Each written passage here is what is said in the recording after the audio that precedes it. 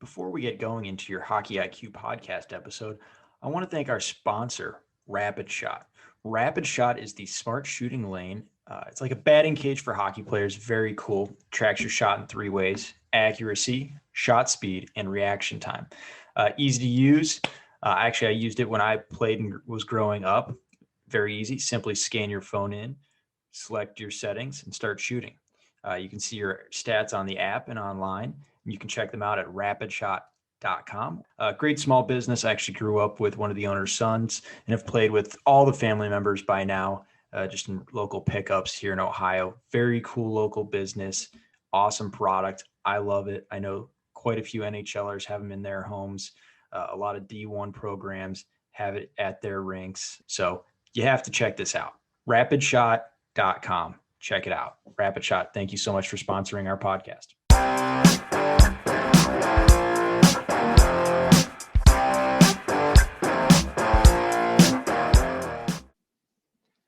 On today's podcast, we have JD Burke. He is the managing editor of EP Rinkside, Elite Prospects, overarching, wonderful writing that they do on prospects from all over the world. We've already had Mitch Brown on our podcast in the past. Really enjoyed this. What'd you think, Dan? Yeah, it was cool getting to talk to him. Never spoke to JD before, so it was nice getting to, learn his story. He's definitely put in the time, the sweat equity to get where he is now. So well-deserved from his end, and learned a lot. Just a really interesting look at, how scouting is seen from the inside and inside out. So really enjoyed this chat. How about you? Loved that he's kind of getting behind the curtain. So it's about as close as we'll all get to seeing what NHL scouts do, how they go about it. And it was just a pretty cool thing about how he broke down skating into small pieces as well. So there was a lot of good stuff here. Really enjoyed it. I'm excited to get into it. Without further ado, our interview with JD Burke. Today's podcast, we have JD Burke. JD is a jack of all trades in the scouting space. You probably have talked to everyone in the NHL by now that's on the scouting front. Have you not?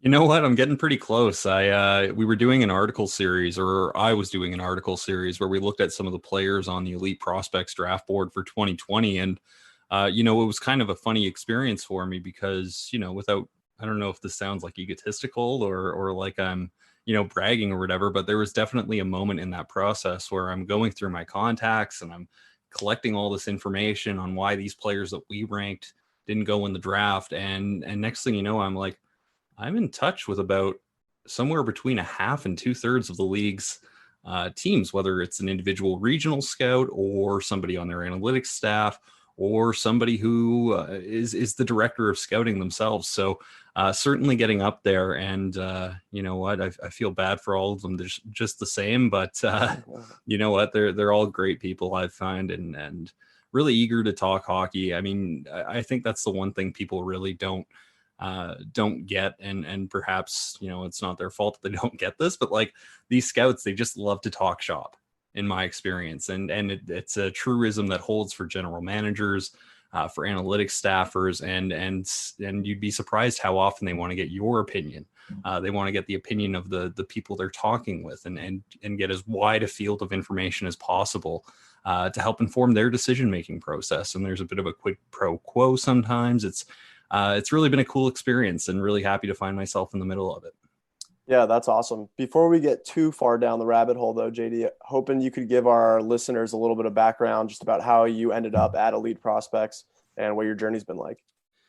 It's been quite the journey. I mean, that's definitely the word for it. I mean, it's kind of funny, but my entire career is the product of one exceptionally lucky accident, is how I would describe it. I mean, I was painting. I just moved out. I think I was 20 years old at the time, and 20 or 19, something like that. And I was just watching a football game, and I'm going on Craigslist because I'm so dissatisfied with my 9-to-5 job, not really getting by especially well. I mean, the every kind of, I guess, stereotype about a young guy trying to strike out on his own, right? Like finding new ways to rotate between ramen and craft dinner, you name it. I was going through it all. There's only so much variety. There's only so many different ways you can do it, right? And don't get me wrong, I got really creative, but I didn't want that to be the future. So there I was looking at opportunities on Craigslist, and before you know it, I stumbled upon NFL writer, not even hockey, just NFL. And it was for an American website called Opposing Views. I hope nobody looks up the contents of my work there, because I mean, there needs to be a new word introduced to the English dictionary for the sort of dread that a writer feels when they come across their old work. So please, nobody take up that opportunity. But I basically saw the listing and I said to myself, there was one thing I got right in high school. It was English writing, and combine that with an intense passion for the NFL. It seemed like an obvious fit, and it wasn't like a full-time job or anything, but I was getting paid, and it just kind of snowballed from there. Next thing you know, I'm talking to them about getting some NHL content done.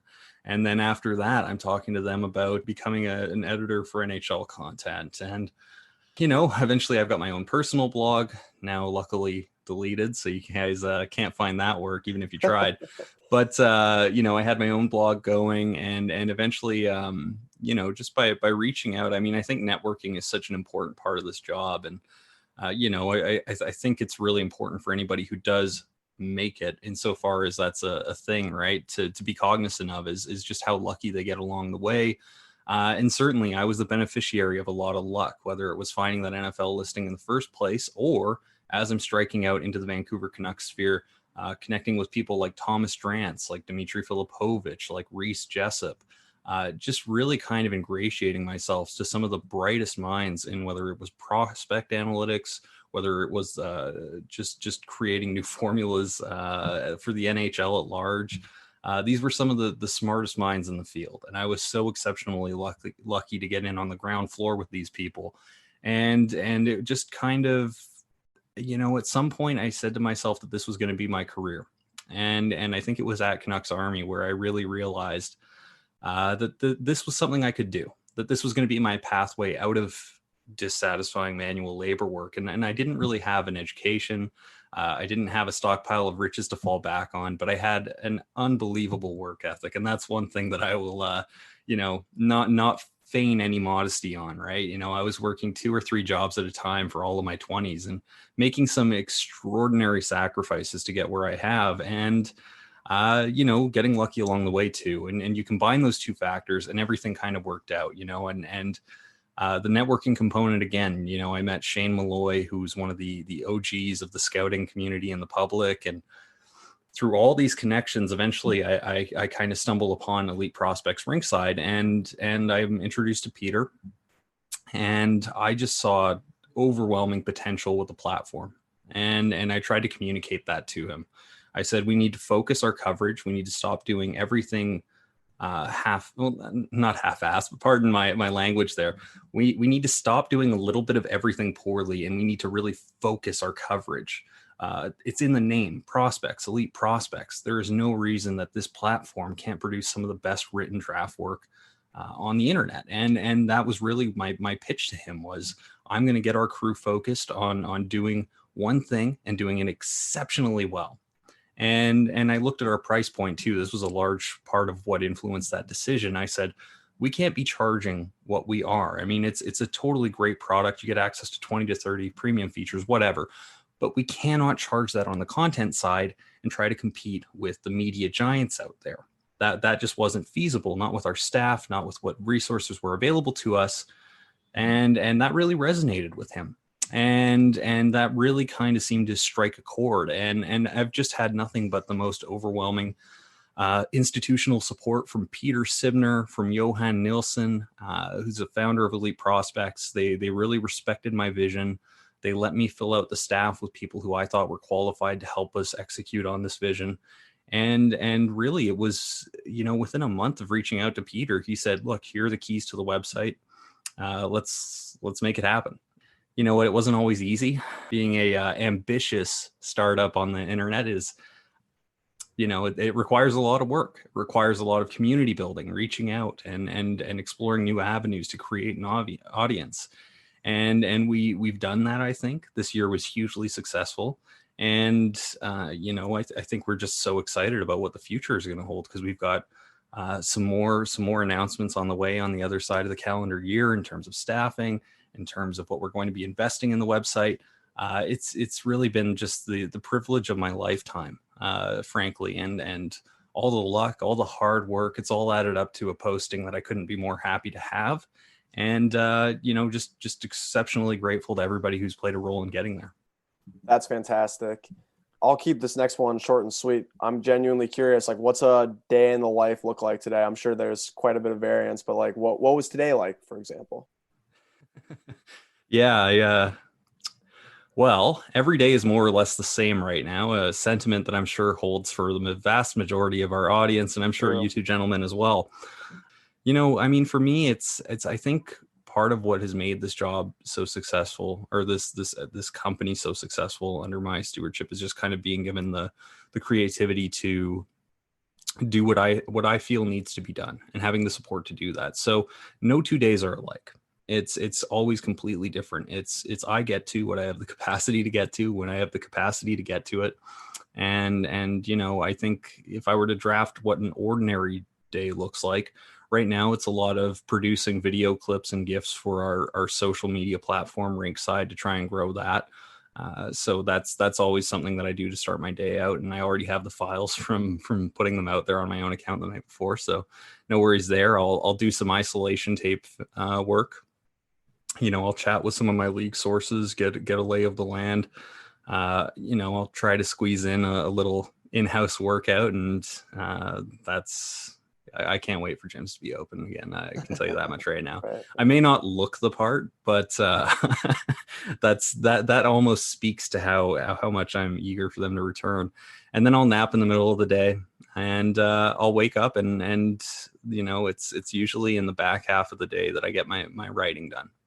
And you know what, that works for me. And it's I don't know, every day feels, I mean, in much the same way that everybody kind of feels like we're experiencing Groundhog Day together. Having that sort of freedom allows me to kind of avoid getting too mundane, if that makes sense. So that's what I would say the framework of a JD Burke workday looks like. Sounds like an optimum little day, if you ask me. We'll keep this next one vague on purpose. Also, when you're watching a game, you can pick the level. What are you looking for? I'm looking for everything. For me, it's such a holistic process. There is so many different ways that you can slice this. I mean, it depends on which player you're watching. It depends on which game you're watching. It depends on whether it is a back-to-back. Is it the second half of that game? The level of competition, like these are all factors that go into contextualizing what I am observing. But I mean, it's kind of, you know what, it's funny. You left it open, and now my mind is going in so many different directions that I'm having a hard time focusing on where to go. But you know what I mean? Like it's for me, there are a few really crucial elements. There's skating. And I find this one to be a bit contentious, even among my own ranks. Like David and Mitch, David St. Louis and Mitch Brown, they have a different view of skating. But for me, I do tend to ascribe to the belief that if you can't skate, you can't play. So that's a really important one for me, particularly with the direction that the game is going in. I like to look at somebody's, and there are differences between isotape viewings and being in the rink. But, when I'm at the rink, for example, I'm looking at how they support the puck. I'm looking at how they support the transition. I'm looking at their off the puck movements. I'm looking if this is somebody who is critically engaged in the game for the entirety of the 60 minutes, right? And I think everything kind of stems from that, right? If you're watching how they skate, if you're watching their off the puck support, if you're looking at their defensive zone and offensive zone instincts, defensive habits, like these are some of the things that I key in on. And I can key in on certain things to better degrees or worse degrees, depending on the setting. For example, something that's really important, and I think that doesn't get enough discussion when we're talking about who's a good rush defender, who's a bad rush defender. I think so much of it is focused on the outputs, and not enough of it goes into the inputs. And what I mean by that is are they mitigating risk with their footwork? Are they settling deeply into their stride so that they have the mobility to change according to what's in front of them? But most importantly, at the crucial moment when a player is carrying the puck into the offensive zone, what sort of posture and what sort of footwork is the defenseman deploying in that situation. And that's one, for example, that for me in particular really stands out in live viewings, the way that a defenseman defends through the neutral zone. And that's such a crucial part of the game in the modern context. So, I wish there was a really easy way to kind of underscore what it means to have offensive instincts or defensive instincts. I think most people would just describe that as hockey sense. We kind of try to veer away from using the word hockey sense at Elite Prospects because it's, Mitch came up with the perfect slogan or idiom for this. He says, hockey sense is like borscht. Everyone has their own recipe. Right. And it's very vague. And I almost feel like sometimes it's vague on purpose. So we try to stay away from that and talk about on the puck offense, off the puck offense, supporting the play, those sorts of things. And I think that all those kind of things together go into the stew of analysis that boils over a 60 to 80 game season and kind of produces the bowl of hopefully a hardy NHLer. Right. Absolutely. If you'll allow me that horrible analogy. No, that was lovely. I'm sure we'll dig into hockey sense, hockey IQ. It is such a hot button topic, and I think you're right that it's sometimes vague on purpose, as almost just like a catch-all word. But before we get there, I'm curious. Like, you obviously have a very fluent understanding of the game, and I'm not asking this as like some sort of like validation or anything. But did you play when you were growing up? Like, what was you said you were a diehard NFL fan earlier on. Did you like play and watch hockey your whole life too, or is this something that kind of came about like later? I'm genuinely curious. Yeah, so my story as it relates to hockey is probably relatable to so many people out there. My poor mom, she was adamant that her son wasn't going to play hockey, and she was adamant that she wasn't marrying someone who liked hockey as well. Psych move on both of those fronts. As it goes, my first words were shoot scores. So no dice. My old man, he pulled off the fib just well enough, clearly. And I was playing hockey by the time I was about 5 years old. My old man was a coach a lot of the time, really, really sharp hockey mind. It's actually kind of funny. I give him a ton of credit. He was preaching concepts that have now taken a hold of the game. I mean, one of his truisms that I remember was hockey is a game of keep away. And that was something that he would always say. And it was something he said through all levels. It's a possession game. You either have the puck or you're chasing to get it. Which part of that do you want to be? And that was something that he placed a lot of emphasis on. And so, yeah, I played hockey from pretty much my entire childhood. I eventually transitioned to playing in goal at the ripe age of 13, much to the chagrin of both my parents this time. It's a very expensive position to play. And, I just stuck with it. I wasn't very good, I never got to rep. I never got to do the really important tournaments. Nobody has scouted me. I can guarantee you that much. Certainly not intentionally. But I think, once it kind of dawns on me or it dawned on me that this wasn't going to be a career. There were two things that kind of hit on that front. There was the fact that I wasn't especially good. And then there were concussions, and concussions really kind of took it out of me. I think after about my fourth or fifth, by the age of 23, it was that point when the doctor was like, you probably shouldn't be playing anything even vaguely similar to like competitive hockey. That's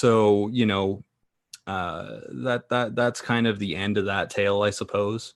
And, from there, I wanted to stay in the game in some capacity. And I think that kind of dovetails nicely into my writing career and even my scouting one to some extent. So yeah, I did play the game, in spite of all the people who tell me otherwise regularly on Twitter.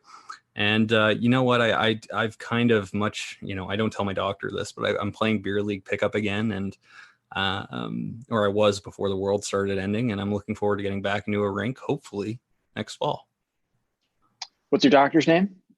And if you could provide his email, that'd be great as well. I'd love to send him this episode. You know what? I'm sure he wouldn't. Just get a mean mugging doctor as soon as you walk in the office there. Oh yeah, he's prairie stock too, from Saskatchewan. So I think he would get it. I would hope he would get it anyway. He'll get it, but he'll definitely roll his eyes. But before we move on, I just want to get a small dig in here. So back in 2014, you said Brent Burns should not switch to D. Why did you say that? And do you feel like you're eating your words now that he's been in the Norris candidacy for a long time? Yeah, so you know what, when you guys were talking to me about doing prep for this show, I was astonished at the level of work that you guys had done. I mean, I don't even remember producing that take. And you know what, that might be a self-defense mechanism within me, keeping that awful, odious, terrible take from my consciousness as a protective mechanism to kind of keep my ego safe. Because how wrong was I? You know, I look, that was this is such a cop-out answer, so please forgive me. I've come a long way since then, and I think that all I can do is take the L as graciously as possible. I've come a long way as a scout, as an analyst, as a thinker, definitely as a writer. So I think that take, if I remember correctly, was informed by the lack of forward depth in San Jose and what happened when they did transition Brent Burns to forward and how it changed the complexion of their forward group. And I think that was what kind of informed that hapless, terrible take. But you know what, beyond that, I've got really nothing to add. I just, got to tip my cap to you guys for doing excellent homework. And again, just take that L. but that's why you're great, right? The people that are willing to take that L are the ones that go the furthest. They admit they're wrong and learn from it. So I like that about you. So I'm curious maybe about your process of scouting, what it looks like now compared to back then. Well, it's actually useful information, I would like to think now. I do think though that you struck gold with that remark that it's you got to be willing to learn and accept your mistakes and try to understand why you made those mistakes. And I'm good friends with Reese Jessup, who is of course of hockey Twitter fame for Barzell, Shillington, and Connor tweet fame, but also a great scout for the Florida Panthers, and I'm sure he's going to get back in the NHL in no time at all, and whichever team brings him into the fold is going to be richer for it. But he said something on the Elite Prospects podcast with Craig Button that we host, and it really resonated with me. It's not so much about looking back at your mistakes and trying to retcon reasons for why you hit, why you missed. You can get too far, you can get too high on your own supply, if you'll allow me that 80s ism. But what you want to do is look at your mistakes and say, which one of these were reasonable to make? Which one of these mistakes can I say honestly was the appropriate one to make based on the information that I had to inform that decision? And I'll give you an example of the application of that sort of maxim. Look at Tyler Johnson. Okay, and Tyler Johnson is a player who every time, whether you're a scouting guy like I test or a stats person, the invocation of Tyler Johnson by either side is enough to make me pull my hair out every time. There was no indication on the tape he was going to be good. There was no statistical indication he was going to be good. There's no model out there that suggests that Tyler Johnson had second-line NHLer potential within him. Missing on that player is a mistake that you don't need to feel bad about. Okay, but if you look back and you apply that same logic to other players, for example, what's one that works for me? Yakupov is one of my favorites. Yeah, sure, Nail Yakupov. I mean, even that would have been a mistake that you don't necessarily need to feel bad about making. But it's the ones where you find yourself missing bits of information that would inform a better decision. That is the problem. And I'll give an example to that end. I think about Adam Gaudette, Vancouver Canucks example. I remember when the team drafted him, I thought to myself, what a wasted pick. I was so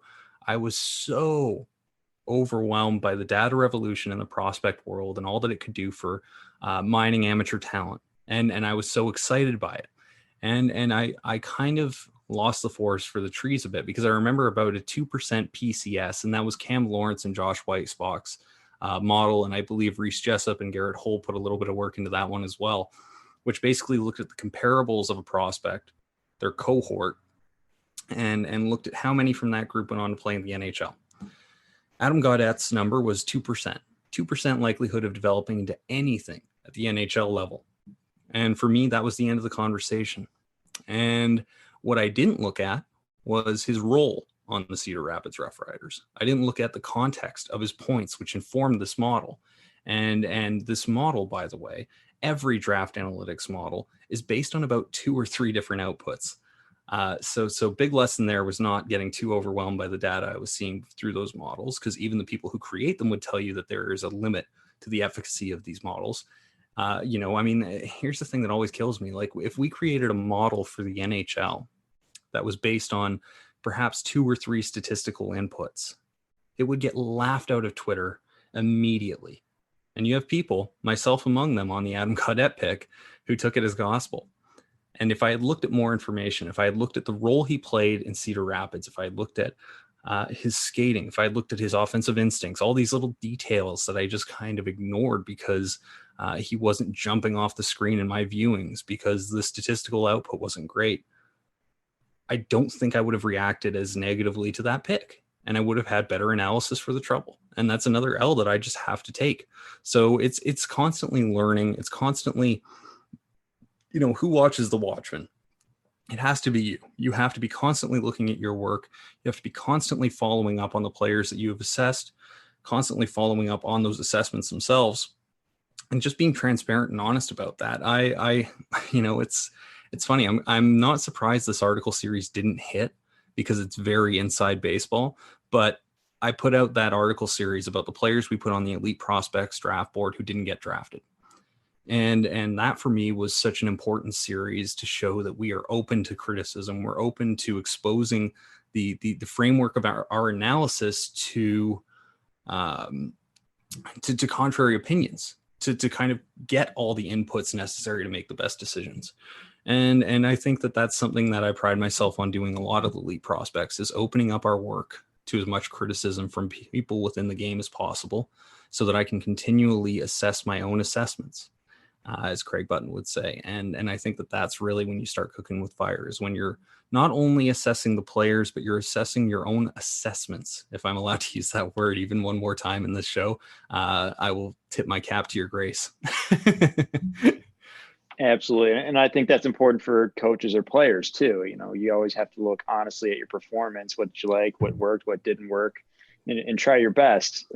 Especially with young players, not to do what you did with the Brent Burns and kind of just bury it deep down there and hopefully you don't revisit it, but take it as a learning opportunity. So I'll take one more opportunity to dig you on that one, but rightly so.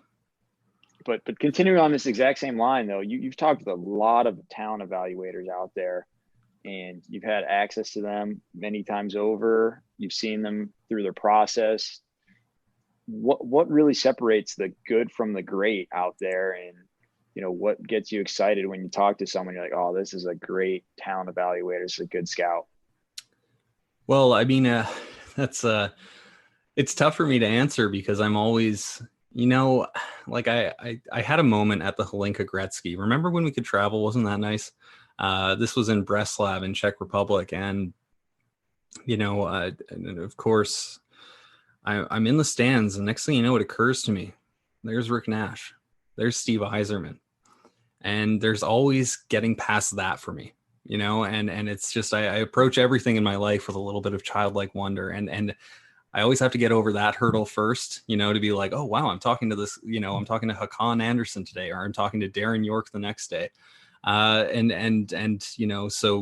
kind of flipping the switch so that I'm evaluating them. That's an interesting ask. I will do my best, though.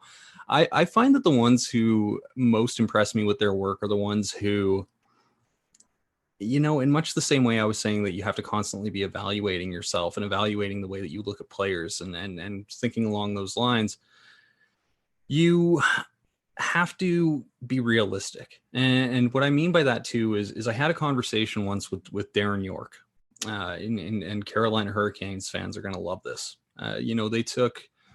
They took Alexander Pashin and Zion Nubik in the 4th and 6th round. And I think they had another player who profiled relatively similarly between the two as well.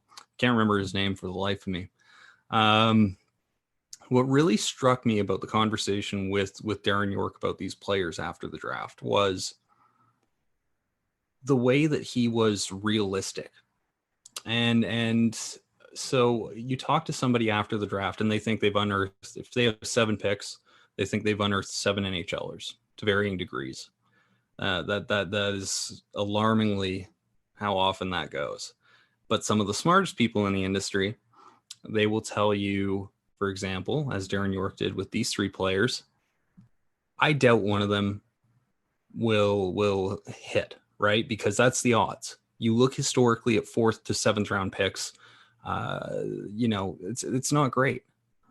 But conversely, if you stockpile enough of these players who profile this way as boom or bust, and you hit on one of them, well, then you're all the richer for it.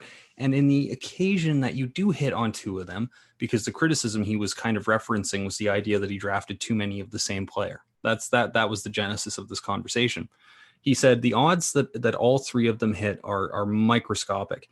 And if they do, my job is to bring assets into the organization. What happens beyond that point is up to our development staff. It is up to our general manager. It is up to the people who are in charge of those decisions. And I thought that was such an intelligent thing to say. I really did. I definitely had to kind of give him a respectful, damn, dude, that's a pretty good outlook. And, like I would have drafted, I would have hit them with the DND grade, both of them, Zion Nubik and Alexander Pash. And I don't think there's a hope in hell either of them play in the NHL. But you have enough ammunition late in the draft, you can start taking swings like that. And if that's your guiding philosophy at that point, I mean, at a certain point, I get that you want to find NHLers because there's a self-preservation element. Like, you don't want to be the scout who's constantly saying, let's take home run swings. And then 10 years down the road, you don't have a single NHLer to your credit. I get that. I get that self-preservation element to an exceptional degree, and I empathize with it. But by that same token, and this is something Mark Yannetti said to me in another conversation, you don't move the organization forward by finding 4th rounders or 4th liners. You don't move the organization forward by finding number 6 or 7 defensemen. Like, these are not the players that are going to help move the organization. Yannetti is always telling me, JD, I can find 10 of that player on waivers every October. And that was another line that really stuck out to me as being very intelligent and forward thinking and progressive. So I think basically the scouts and the executives who take the most honest look at their own work, the ones who are willing to say, hey, I'm probably wrong here, but if I'm right, it's going to do wonders for the future of our franchise. The degree to which I'm right could vary. That always sticks out to me anyway. I like that. I actually had that conversation with my brother a few times when we were looking at organizations that we like and don't like. And it was the ones that take more home run picks, and just realize there's no offense to the players out there, but there's a million 4th liners that you can find. You can find those bubble guys.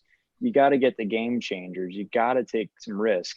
I don't know how you felt about, I don't like to date this, but Caden Gooley of Montreal. I feel like that's a guy that really isn't hitting the home run. You're not really taking too much risk on that. It was more self-preservation of, he's going to be solid, but never great. So I would push back. I hope I'm not overstepping my bounds here, but I would actually push back on that. I think that Caden Gooley was a totally reasonable pick in that spot. And such a unique combination of physicality and skating and just the ability to neutralize a cycle at the snap of his fingers. I mean, that's that's unique. That's a really interesting quality.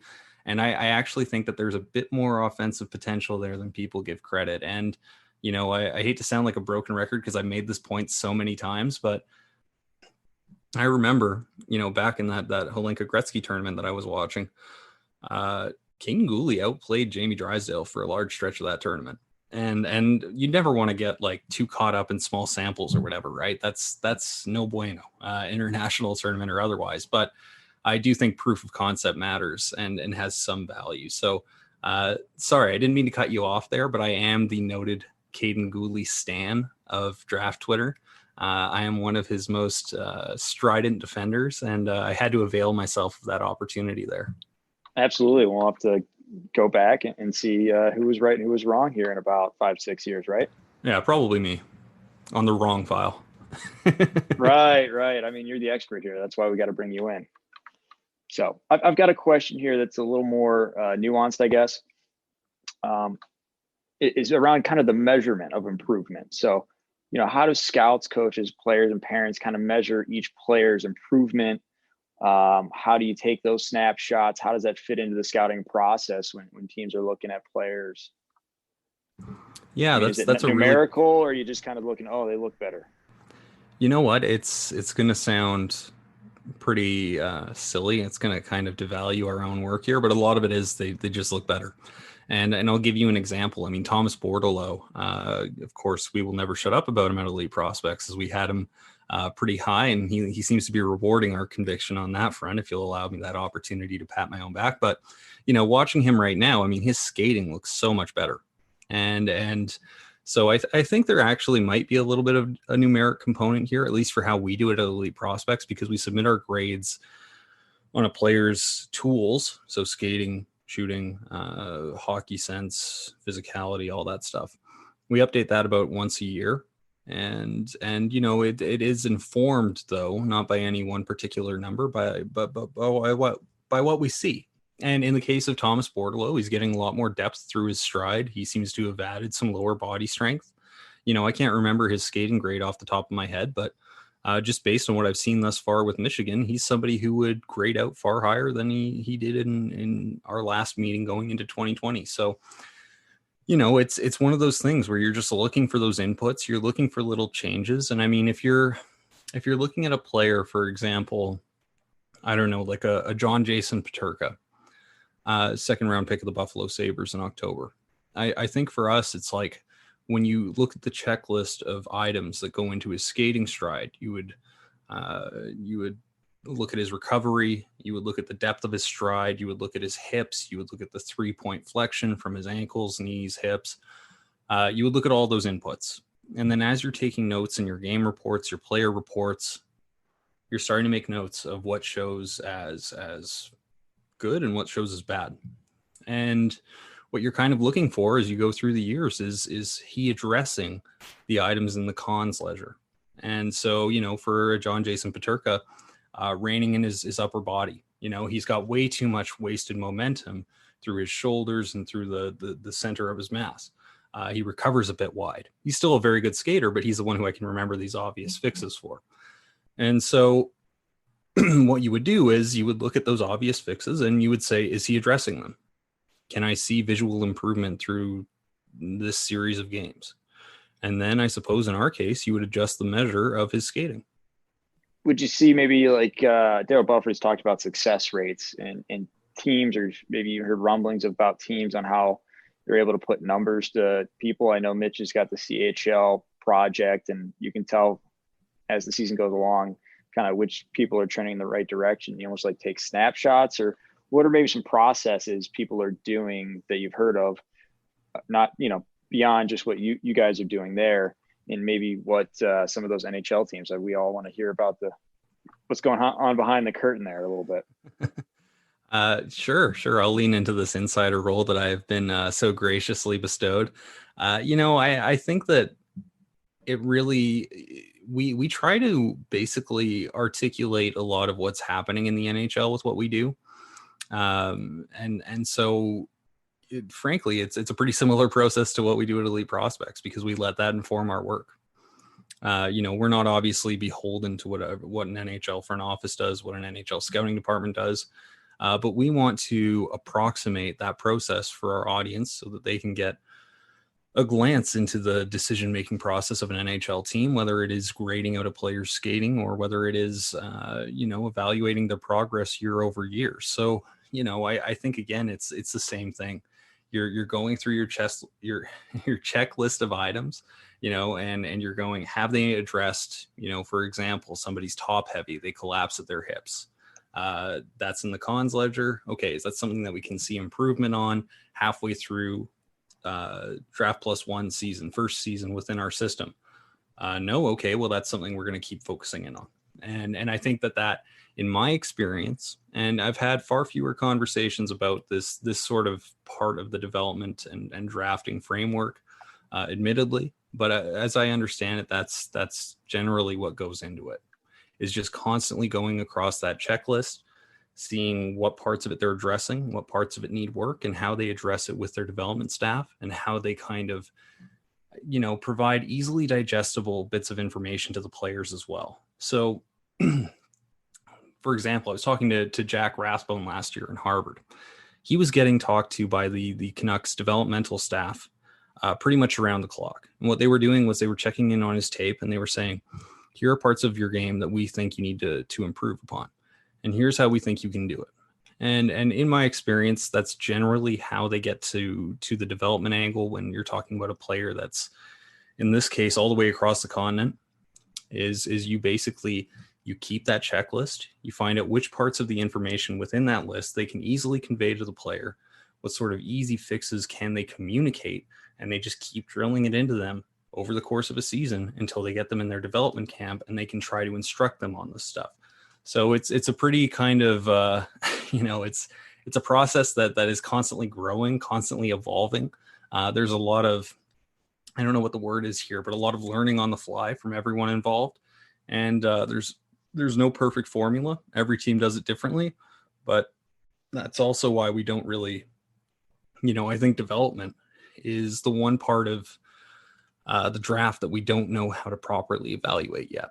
I think the lack of information that we get from NHL teams, and I say this is somebody who's relatively connected, if I can lean into that again, I think that's one part of the game where we just don't have enough information to really evaluate teams. And I think it makes a huge difference. And, to that end, Rachel Doherty, who works with us at Elite Prospects, she's doing a thesis, I believe, on player development. So I'm really excited to see what she produces, because as I'm saying right now, it's such an inexact science, and we're learning so much of it on the fly. We'd love to get her on to talk about that. It sounds like the next step. You've got the first one, and she'll take it home from there. Oh, totally. She'll blow my interview out of the park. She's so incredibly smart, does such great work for us, and I think my only ever quarrel there is getting her to do more of it. She's so busy with her thesis. I'd never get enough Rachel Doherty on the on the ledger at Elite Prospects Rinkside, but certainly I can't say enough about what the work she does do, like in terms of the scouting reports, in terms of the information she brings to our meetings. Would thoroughly endorse her as a guest for this program. Awesome. But yeah, it was great having you here. We'll give you what I give everyone else. You may have started with it, talking about how great EP is and what you guys are going to do, but 2 minutes to plug anything you want, and then give us a book recommendation or two. Right now, we're doing our team-by-team prospect pool ranking, where we use our future value metric to kind of inform the value of every single prospect. It's a holistic, one-size-fits-all grade to kind of set a more scientific approach to our work of evaluating the draft and looking at these players and what value they have to organizations. So we're going team by team, and we're going to be covering the World Juniors live and in person, assuming that still goes forward. And, I've got no idea what it's going to look like moving forward, but half the fun will be learning that process along the way with us as we get new information ourselves. So we're just going to keep working on that team by team series, doing some great work on the World Juniors. There's the Elite Prospects podcast with JD Burke and Craig Button. And in the new year, I think we're going to start diving into some 2021 work as well. And for a book recommendation, To Have and Have Not by Ernest Hemingway. Why not? He's my favorite author. I love that book. It's so great. Check it out. Awesome stuff. Well, again, appreciate you coming on, taking the time here and showing us a little bit behind the curtain on what EP is doing and whatnot. And we're excited to ring in the new year with you. Thanks so much for having me on. I think you guys are doing great work, and was really happy to join the program. Thank you for tuning into the Hockey IQ podcast. We are Hockey's Arsenal, Greg Revac and Dan Dukart. Together, we've come together to create a platform and a community to expand our hockey intelligence, hockey IQ, whatever you want to call it. We're very passionate about seeing this game played smarter and better and continue to develop itself to the next level and staying on the cutting edge of things. So you can find us at Hockey's Arsenal on Facebook, Twitter, and YouTube. We're also at hockeysarsenal.com. From there, you can find some resources and some options to work with us. We're excited to continue this. If you enjoyed this episode, please like, subscribe, follow, and share. You can also join up for our newsletter as well, where we're going to tackle anything Hockey IQ related. So we're excited to have everyone here and continue to build.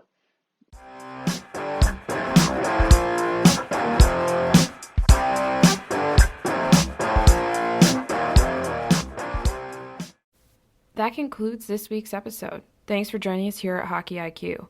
If you haven't already, take a quick moment to hit that subscribe button, give us a thumbs up, and drop a review.